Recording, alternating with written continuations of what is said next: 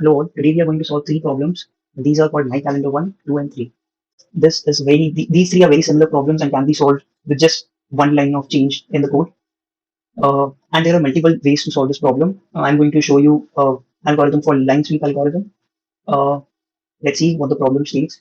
It says that we have a system called My Calendar, basically a data structure, which will keep track of all the bookings such that no two bookings occur at the same time. This system will never take a booking which is already have a booking which is already have an overlap of any of the previous bookings. So if we take an example, if you have 20, 10 to 20, right? If you have, usually these kind of problems can be very well visualized using just a number line. So 10, 20, if we take 15 and 25. In that case, we can clearly see this is overlapping and hence 15, 25 is not a valid booking. So we won't take this booking and we'll check the next booking, which will be 20, 30. This boundary elements are not included and hence 20, 30 is a valid booking. But now if the next booking comes as 25, 30, that will be invalid. Anything after 30 will be valid. So it's a pretty simple problem to understand. And if we can, assign a value to each of the bookings, right? Like we have stack problems, right, where we have to keep track of braces, if it's a valid expression or not. And we see that if the top of the stack is having an open brace and we encounter a closed brace, we can just cancel things out. The similar thing that will happen here, but using values. So if we have to cancel this, we can take a value and assign it to this booking, the start time of the booking, and equally negative value, we can assign it to the end time of that booking. Now, if we get this booking and we add that, suppose we can have a map, right? And this map is initially it's an ordered map. So everything we add will be stored in a ordered fashion. And as soon as we get the booking 15, 25, we'll add that in the map, assign its appropriate values, and we'll traverse this map.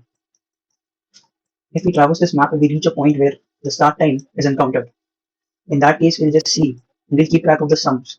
The sum is 2 to this point. So anytime the sum becomes greater than 1, 2 or 3, 3 can never be 3. In that case, this is not a valid booking, right? So we can just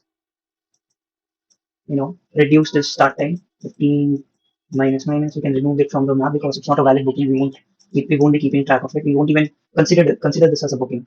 So we'll just add it back. Or we can just erase it as well. But that would be, I think, in terms of time complexity, really bad. So I'll just uh, do this instead. Right? So we can just straight away dive into the problem. It's a very simple problem. And now we see why we are using, sorted map, ordered map, right? Because we need to keep track of the bookings, right?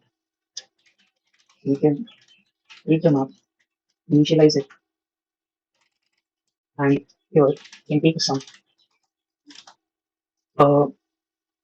Initially add it, np of end, minus minus, while for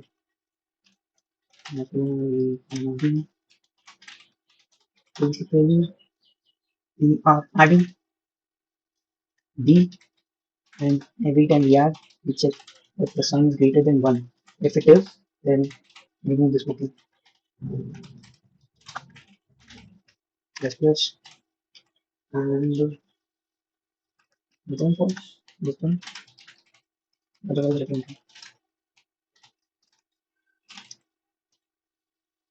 I think this is good. Let's see if it works. Yeah, I think it works. Yeah, in terms of time complexity, this will be very simple to analyze. It will be basically O of n log n. Why n log n? Because ordered map is its time complexity is because things are always sorted. It's basically equal to something like a priority map, right? So it's n log n and O of n, because case complexity. Now I'll just copy this itself because it's very similar. I'll just change one thing in calendar 2. Right? In calendar 2, if yeah, we solved it already. If we have instead of double booking, we are checking for a triple booking. That's it. There's nothing special to this problem. If I change this, this and I change instead of 1, I change it to 2 because the sum can now have 0, 1 or 2. any of these three values. So it cannot have three. In that case, it becomes invalid. Let's see if this works. The time complexity will be same as the previous one, overflow login and overflow. Yeah, this works. Pretty efficient. Third is a hard problem, and I don't even consider that as hard. But if you try to solve it in a different way, then yeah, the difficulty rises. But in this way, it might not be as efficient as the other algorithms. I'm not very sure. I've not analyzed it yet, but I think this is fairly efficient. So calendar 3, here we need to keep track. We even if the booking is invalid, we consider that as a booking, and in the next booking we just check for all the overlaps, all the previous overlaps, and whichever is the maximum, that is the answer. So this can be tricky to understand. I had some issues myself. Uh, Drawing might be difficult actually. I don't know why I commented this. Uh, I suggest that you take a pen and a paper and just try to draw this. You'll understand it right away. So 1020. Suppose if I get 515, right, as a booking. Now the value for 1020 will be 1 because this was the first booking, and the value for 515 will be 2 because there is an overlap. Now suppose this value was 3 already. In that case, this 2 will not be considered as 2, it will be considered as 3 because previously we had a maximum overlap, right? The maximum of whatever we get and the previous overlaps, the maximum of both of them will be considered. So here it will be 3. So this is the only part that needs to be understood. Now if I try to paste, hmm, actually I'll just copy it,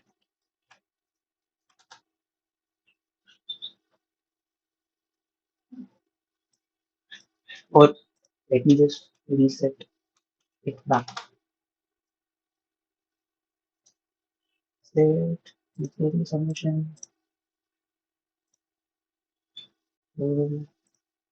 Basically, this was exactly what we were doing, but now I'm just storing a maximum value as well because I need the previous maximums to determine the current value, the current overlaps or the current booking. So I consider the maximum of either the answer that I am getting. So here it can be the sum can be anything, right? So I need to keep track of what value I got. If that lies within start and end, which is the current booking, then I have gotten to a point that I need to start keeping track of the values. If you basically I have gotten to a point where I have all the overlaps and I've gotten to a point here. This is the booking that I'm at. This is the booking that I've gotten and I have to calculate the overlaps here. So I'll keep track of all the overlaps that I get and I'll update the answer. Right, I'm updating the answer between answer and sum. And if the answer is greater than maximum itself, the global maximum, in that case, I'll update the maximum and I'll update the answer as well. This can be a little tricky, but otherwise it's a fairly simple problem. There's nothing, anything other than the invalid case that we were handling. We are now considering all the bookings. We are not removing it from the map itself. It's simple, and I try to sum it. The complexity will be time complexity will be similar to the previous problem.